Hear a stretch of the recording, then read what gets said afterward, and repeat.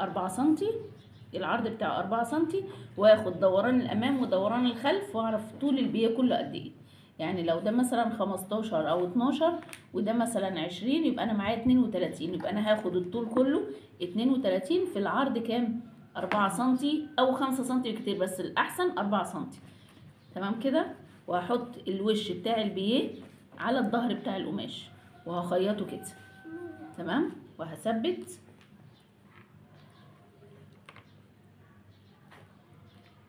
معايا كده.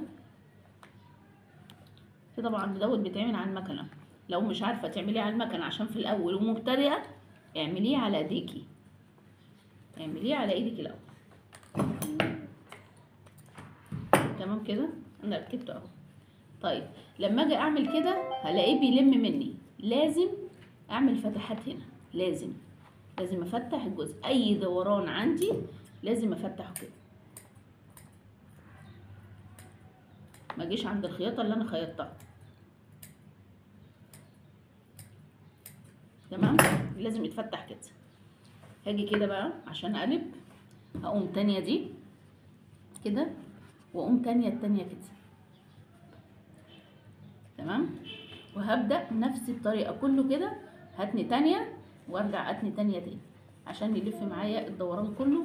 وفي الاخر هشطب على المكنة على الطرف ده، هشطب على المكنة، افردها كده كده على المكنة، وهشطب على الطرف ده كده. هيبقى الشغل معايا التشطيب الاخير على الخط ده. هنا بقى وصل الخط تحت، وصل فوق، كده كده ده جوه. يعني اهم حاجة عندي التشطيب النهائي.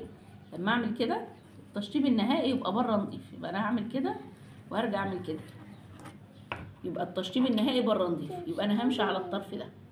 يعني الحته دي تبقى بين الرجل بتاع المكنه، بين الدواستين، يبقى التشطيب النهائي معايا كده نضيف. تمام كده. وصلت؟ في حد ما فهمش البيه كده؟ تمام. الافضل لو مبتدئه تعملي على ايدك الاول.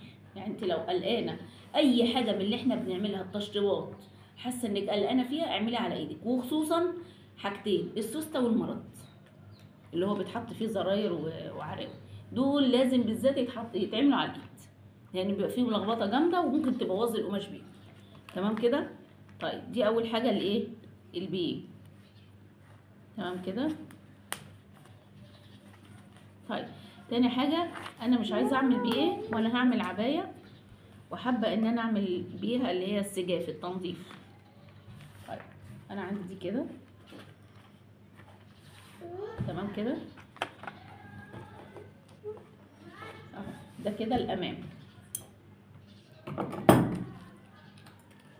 هجيب حته كده، دي متنيه اهي، مقفوله من هنا صح، يبقى انا لازم اقفل دي كمان واحط دي على دي. هشوف انا طول السجاف عندي قد ايه، يعني انا فاضت معايا حته قماشه قد ايه، 10 سم 20 سم زي ما انا عايزه. يعني ممكن تبقى معايا قماشه تانيه، ممكن تبقى لون تاني مختلف وما معيش نفس اللون عشان اعمله.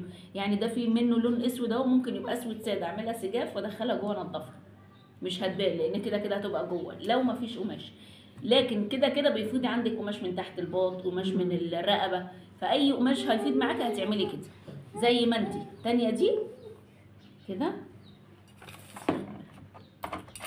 اعملي كده استني ثواني.